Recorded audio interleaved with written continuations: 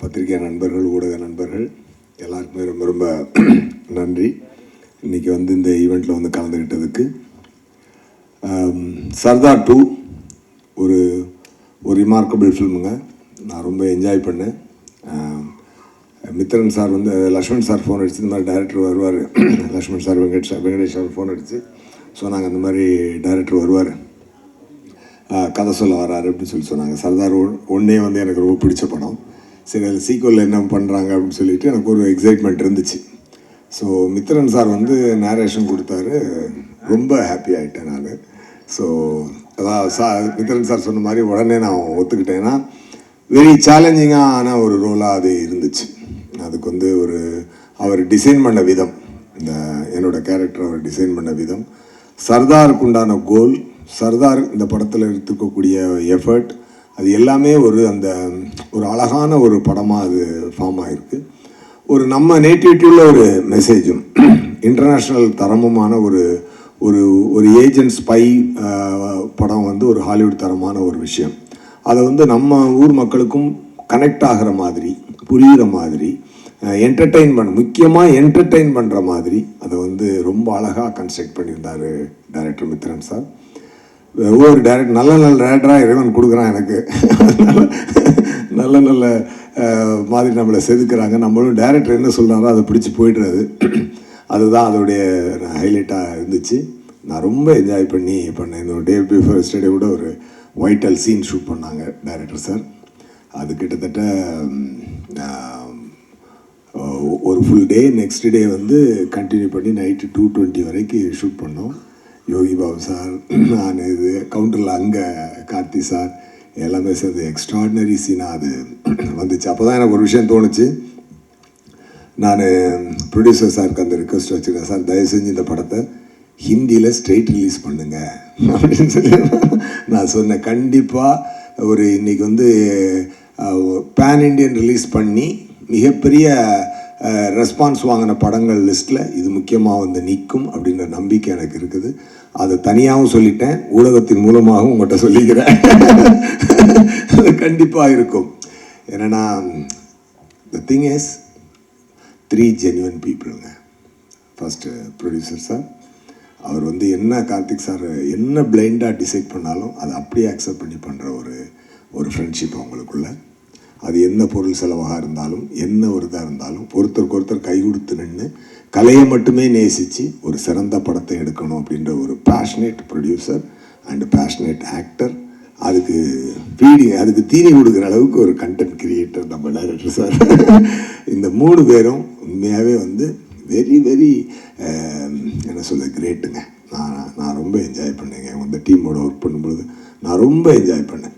அதை every scene I enjoyed.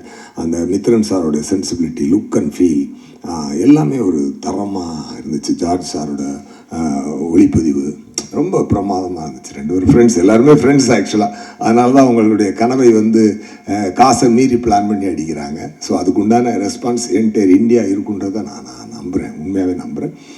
And Karthi சாரோட டெடிகேஷனை பற்றி சொல்லணுன்னா,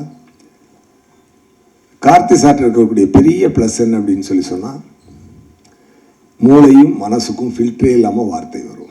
அது நல்லதாக இருந்தாலும் சரி, அது தப்பாக இருந்தாலும் சரி, எதாக இருந்தாலும் ஸ்ட்ரெயிட்டாக பேசக்கூடிய ஒரு ஃபில்டர் இல்லாத ஒரு சிறந்த மனிதர், நல்ல நடிகர் போக ஒரு சிறந்த மனிதர், ரொம்ப சின்சியரான ஆக்டர். அது வந்து எப்படி சொல்ல, ஒரு star actor. And Mithran sir சொன்ன மாதிரி கிட்டத்தட்ட அந்த கெட்டப்பெல்லாம் போடுறதுக்கு 2.5 hours, ரிமூவ் பண்ணுறதுக்கு 45 minutes. அப்படி எவ்ரிடே அதை கேரி பண்ணி பண்ணுறதுன்றது. இதுக்கப்புறம் அவர் அதுக்குள்ளே எடுத்துக்கிட்டு அந்த தாடிக்குள்ளே இருந்துக்கிட்டு அந்த கண்ணை வச்சுட்டு அவர் நடித்த ஒரு விதம் ரொம்ப அழகாக இருந்தது. ஒரு நண்பனாக நான் அதை ரொம்ப ரசித்தேன். ஸ்பாட்டில் ரொம்ப we had a very good time. Definitely மக்களும் நல்லா என்ஜாய் பண்ணுவாங்க. Sardar 2 will be a super duper hit. Thank you so much. அந்த பேர் வச்சதுலேருந்தே அந்த படத்து மேலே எனக்கு ஒரு தனியான ஒரு அஃபெக்ஷன் உண்டு. ஒரு இன்னசென்ட்டான கிராமத்தில் ஒரு நாடக நடிகன், அவனை ட்ரெயின் பண்ணி அவன் ஒரு ஸ்பை ஆக்கி ஒரு பெரிய பெரிய ப்ராஜெக்ட்ஸ் பண்ணியிருக்காங்க. அது ஏற்கனவே நம்ம ஹிஸ்ட்ரியில் நடந்தது, அதை இன்ஸ்பிரேஷனாக எடுத்துகிட்டு பண்ணியிருந்தாரு. ஸோ அந்த கேரக்டருக்குள்ளே அவ்வளோ ஷேட்ஸ் இருக்கும், அவ்வளோ இன்னசென்ஸ் இருக்கும். மக்களுக்கு ஒன்றுனா உடனே ஓடி போய் நிற்கிற ஒரு விஷயம் இருக்கும். எந்த விஷயத்தாலும் ரிஸ்க் எடுக்க தயாராக இருப்பார், எதை வேணால் இழக்க தயாராக இருக்கணும். சுயத்தை தன்னுடைய எல்லாத்தையும் இழந்து உன்னை ப்ரொடெக்ட் பண்ணணும் அப்படிங்கிறது எல்லாராலையும் பண்ணிட முடியாது. ஆனால் அப்படி பண்ணக்கூடிய ஒரு கேரக்டர். இன்ஃபேக்ட் பத்திரிகை நண்பர்கள் எழுதுனது முதல் தடவையாக ஒரு ஏஜென்ட்டு பர்சனல் வார் இல்லாமல் பொதுமக்கள் பொது நலனுக்காக வந்து சண்டை போடுற ஒரு ஹீரோவை ஃபஸ்ட் டைம் ஒரு ஏஜென்ட்டாக பார்க்குறேன்னு சொல்லி எழுதியிருந்தாங்க. எனக்கு ரொம்ப சந்தோஷமாக இருந்தது அதை நோட்டீஸ் பண்ணி சொல்லியிருக்கும் போது. ஸோ அப்படி ஒரு கேரக்டர், அந்த கேரக்டர் திரும்பி வந்தால் நல்லாயிருக்கும். பட் திரும்பி வரும்போது என்ன பர்பஸ், என்ன இருக்க போகுது, மித்ரன்னாலே என்ன அடுத்தது என்ன சொல்லி பயமுறுத்த போகிறாருன்னு எல்லாரும் கேட்குறாங்க. அவர் ஃபஸ்ட்டு படத்தில் வந்து கையில் மொபைல் ஃபோன் மெசேஜ் வந்தாலே பக்குன்னு இருக்கும், அதுக்கப்புறம் வாட்டர் பாட்டில் பார்த்தா பயமாக இருக்கும். அப்படி இந்த படத்தில் என்ன பயம் இருக்குன்னா அதை விட பயமான ஒரு விஷயம் வச்சுருக்காரு. உண்மையாகவே ஸ்கேரியான ஒரு பெரிய ஒரு விஷயம் இந்த படத்தில் கையில் தொட்டிருக்காரு. அப்போ வந்து how good is a hero is வந்து ஹவு பிக் இஸ் த வில்லனுங்கிறத வச்சு தான் 2 பேர் சண்டை போட போகிறாங்க. இந்த 2 பேரில் 2 பேருமே மிகப்பெரிய ஆளாக இருந்தால் தான் அந்த போர் சுவாரஸ்யமாக இருக்கும். அப்படி இந்த படம் ஒரு மிகப்பெரிய போரை பற்றி பேசுது. அதுக்கு ஆப்போசிட்டில் எஸ்ஜே சூர்யா சார் வந்திருக்காருங்கும் போது நான் ரொம்ப ரொம்ப சந்தோஷப்பட்டேன். ஏன்னா அந்த படம் பெருசாகணும்னா, அந்த போர் பெருசாகணும்னா அந்த அந்த 2 துருவங்கள் பெருசாக இருக்கணும். சர்தார் வந்து ஸ்பாட்டில் இருக்கும்போதே வந்து சர்தார் வந்துட்டாரு, சார் வந்துட்டாருன்னு தான் பேசுவாங்க. அதே விஜய் கேரக்டர் ரொம்ப விஜய் வந்துட்டான் அப்படிம்பாங்க. டேய் 2 நான் தான்டா, கொஞ்சம் மரியாதையாக பேசுகிறான்னு சொல்லி. பட் அந்த ரெஸ்பெக்ட் வந்து ஷூட்டிங் ஸ்பாட்லேயே தெரியும். ஸோ இந்த படம் ஆக்சுவலாக ரொம்ப என்ஜாய் பண்ணோம். நான் ஃபஸ்ட்டு எப்பவுமே மித்ரனுக்கு ஒரு பழக்கம், ஃப்ளாஷ்பேக் தான் ஃபஸ்ட்டு ஷூட் பண்ணுவாப்புல. அது ஷூட்டிங் ஆரம்பித்து உள்ளே போய் நான் பயந்துட்டேன். ஃபஸ்ட்டு ப்ரொடியூசர் தான் பார்த்தேன், எப்பா என்னப்பா செலவு பண்ணிகிட்டு இருக்கீங்க. ஏன்னா பெரிய பெரிய ஆக்ஷன் ஃபிலிம்ஸ் பண்ணும்போது பெரிய இந்த செட்டப்ஸ் ரொம்ப முக்கியம். அப்படி ஒவ்வொரு செட்டப்பும் அவ்வளோ பெருசாக இருந்துச்சு.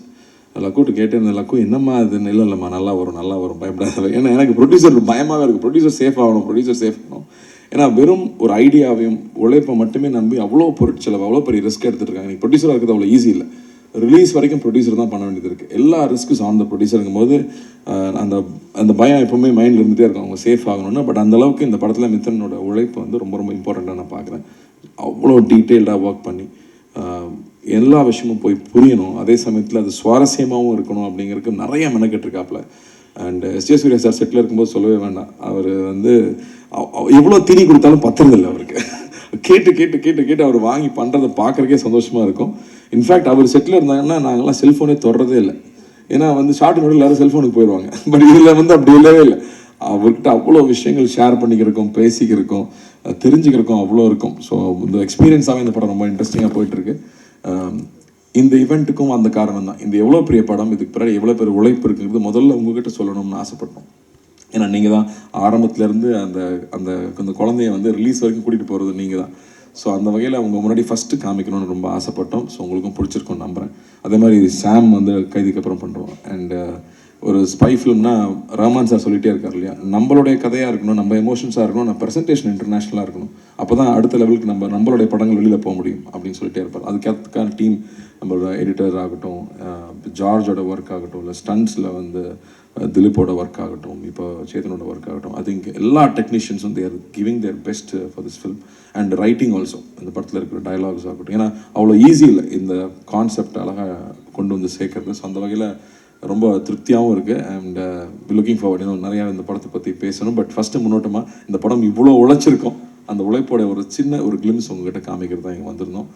ரொம்ப ரொம்ப நன்றி. உங்களுடைய தொடர்ந்து உங்களுடைய அன்பு எப்பவுமே எங்களுக்கு தேவை. அண்ட் ஈத் முபாரக் எல்லாருக்கும். நன்றி. தேங்க்யூ.